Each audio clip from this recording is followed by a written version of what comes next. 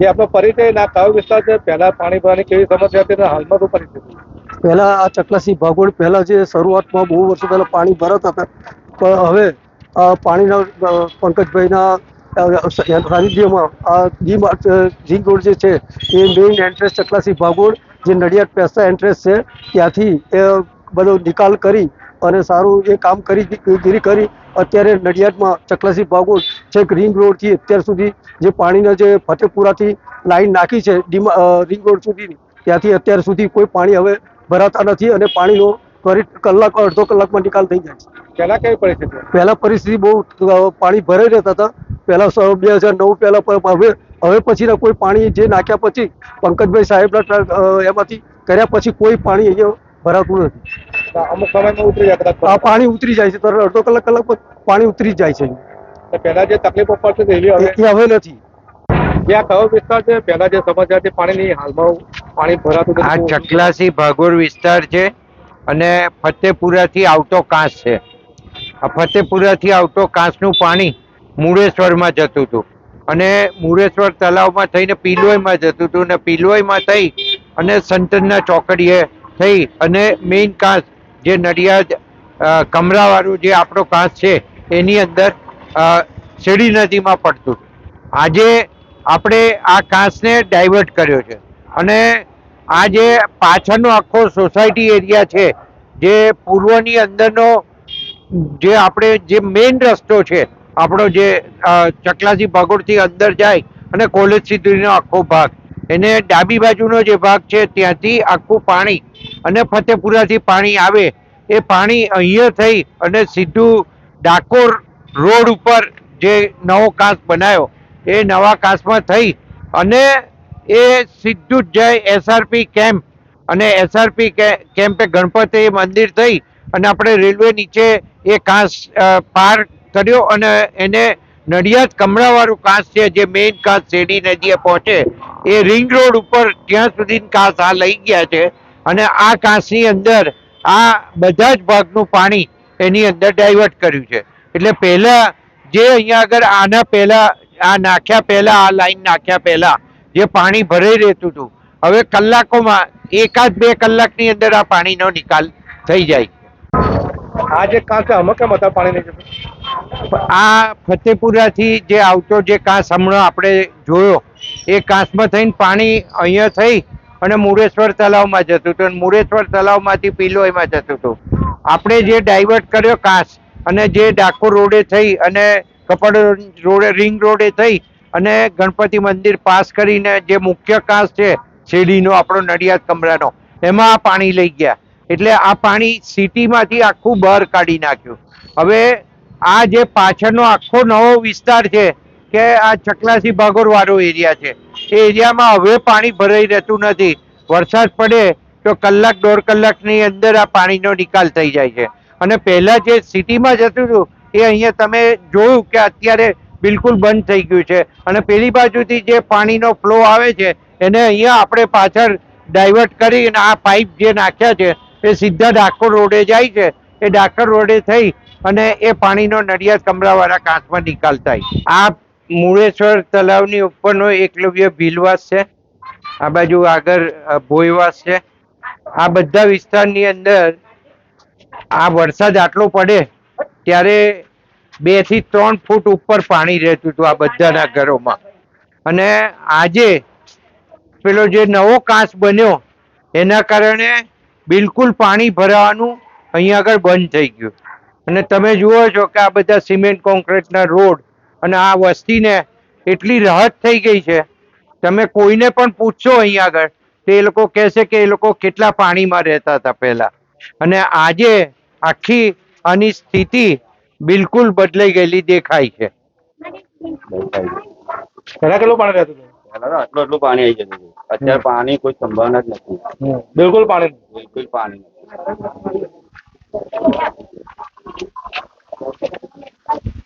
તમારે આટલો વરસાદ પડ્યો તો માર્કેટ પહોંચી જઈએ અમે.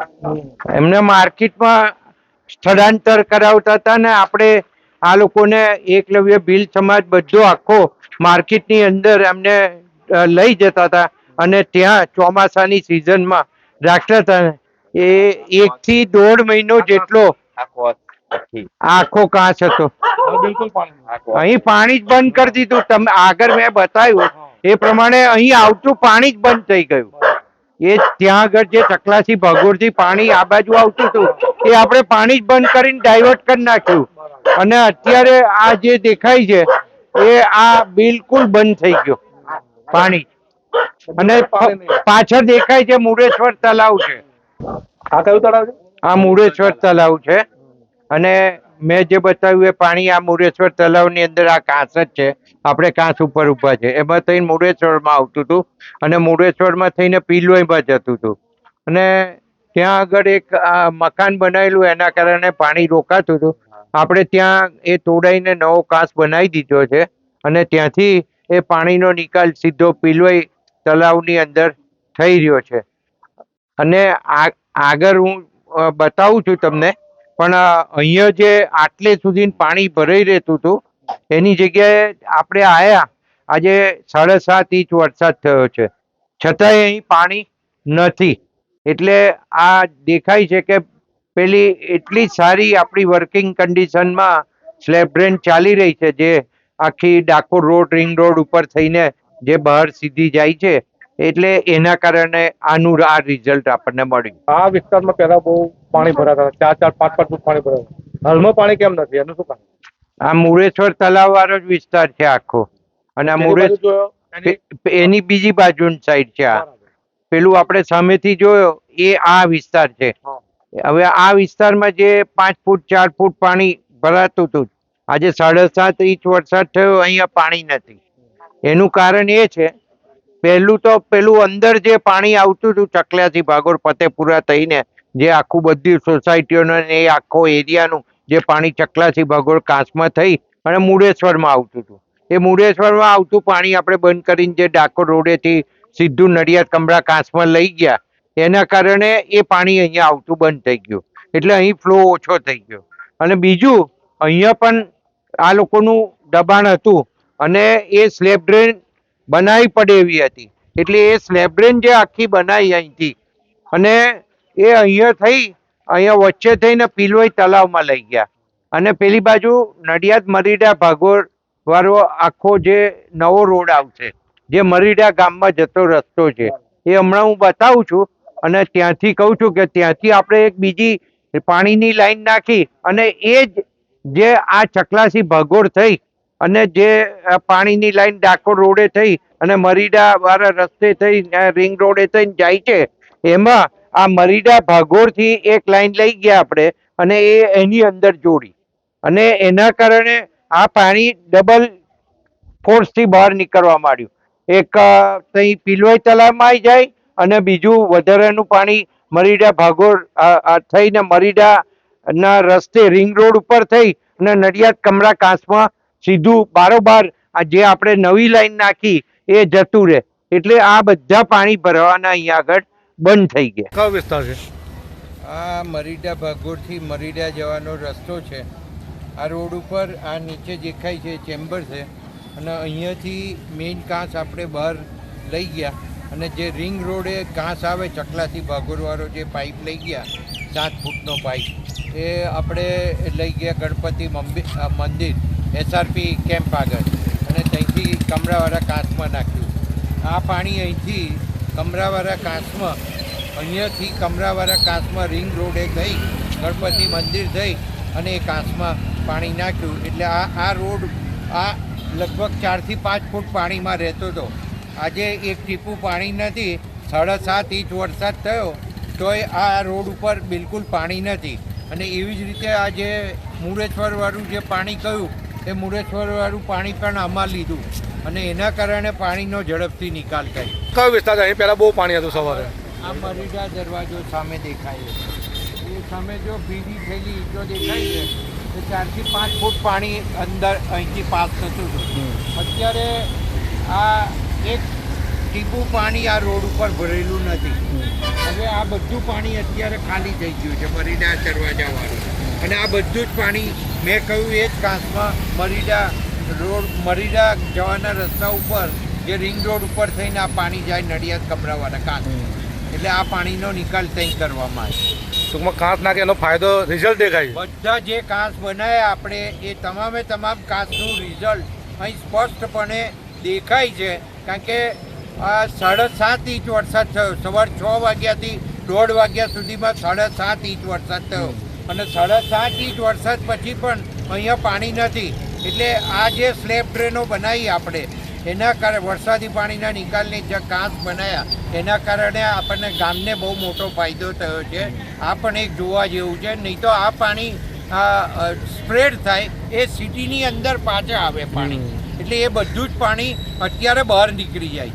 એમ હજુ અમે એક બીજો કાંસ એવો બનાવવા માંગીએ છીએ કે જે મહાગુજરાત હોસ્પિટલથી ચકલાથી ભાગોળને જોઈન્ટ થાય અને ડાકોર રોડે થઈને સીધું પાણી બહાર નીકળી જાય. એ પણ આ નવા કામની અંદર આપણે કાંસના કામમાં એ કામ લીધેલું છે. કયો કાંસ છે? આ પીલવઈ તલાવથી જતો કાંસ છે. આ પીલવઈ તલાવથી બહાર જે પાણી નીકળે આ એનું અહીંથી મોઢ્યું છે. એ અહીંથી બારકોસિયા રોડ ઉપર જાય છે. બારકોસિયા રોડથી અમદાવાદી વાળો જે આખો રસ્તો છે ત્યાં થઈ અને સંતનના થઈ અને સંતનનાની પેલી બાજુ જે રિઝર્વ પોન્ડ છે એમાંથી નડિયાદ કમળાવાળા કાંસમાં આ પાણી અહીંથી નિકાલ થાય છે. હું અહીંયા બહાર બતાવું છું. જે બારકોસિયા રોડ છે એમાં લગભગ હું એમ માનું કે 15 થી 20 દિવસ સુધી પાણી આ બારકોસિયા રોડ ઉપર ભરાઈ રહેતું હતું. આજે એક ટીપું પાણી એ રોડ ઉપર જોવા નથી મળતું. એવી જ રીતે અમદાવાદી દરવાજા વાળો જે આખો હમણાં વિસ્તાર આપણે જોઈએ એ રોડ, એ આખો રોડ ક્લિયર છે. તો અહીંયા પણ એક મહિના સુધી પાણી ભરાઈ રહેતું હતું. અત્યારે એક ટીપું પાણી નથી અને એ આ બધું જ સંતનના વાળા કાંસમાં થઈને નિકાલ થાય. આ એનું શરૂઆતનું મોડ્યું છે. આગળ જતા આ 2 મારુતિ જાય એટલો મોટો અને એટલો પહોળો કાંસ છે. આ કાંસ માટે મોદી સાહેબે પૈસા આપ્યા હતા આપણને. નરેન્દ્રભાઈ મોદી સાહેબ ને આનંદીબેન હતા કેલેમિટી ડિઝાસ્ટર ફંડમાંથી આના પૈસા ફળવાયા હતા અને એમાંથી 8 કરોડ રૂપિયાના ખર્ચે આ સ્લેબ ડ્રેન બનાવી હતી અને એનું રિઝલ્ટ હું એમ માનું છું કે ઓછામાં ઓછું 1.5 કિલોમીટરનો આખો જે પેરીફરીનો એરિયા છે એની અંદર પાણી નથી ભરાતું. એનું મુખ્ય કારણ હોય તો આ કાંસ છે. સવારે આ વિસ્તારમાં બહુ પાણી હતું, અત્યારે બિલકુલ પાણી નથી. શું કારણ? એટલે આ મેં કહ્યું એમ પીલવઈ તલાવથી આપણે કાંસ જોયો એનું મોઢિયું હતું. ત્યાંથી શરૂઆત થાય છે અને બારકોસિયા રોડે થઈ અને અહીંયા થઈ અને આ સંતનના ચોકડીએ થઈ અને એ નડિયાદ કમળાવાળા કાંસમાં પાણી જાય છે. હવે અહીંયા આગળ 2 મારુતિ જાય એટલો મોટો પહોળો કાંસ છે નીચે. અહીંયા પહેલા એક મહિના સુધી પાણી ભરાઈ રહેતું હતું. આજે હું તમને ચોક્કસ કહું કે અહીંયા અત્યારે તમે જુઓ છો કે 7.5 ઇંચ ઉપર વરસાદ જે થયો સવારના 6 થી 1:30 વાગ્યા સુધીમાં, અહીંયા પાણી નથી.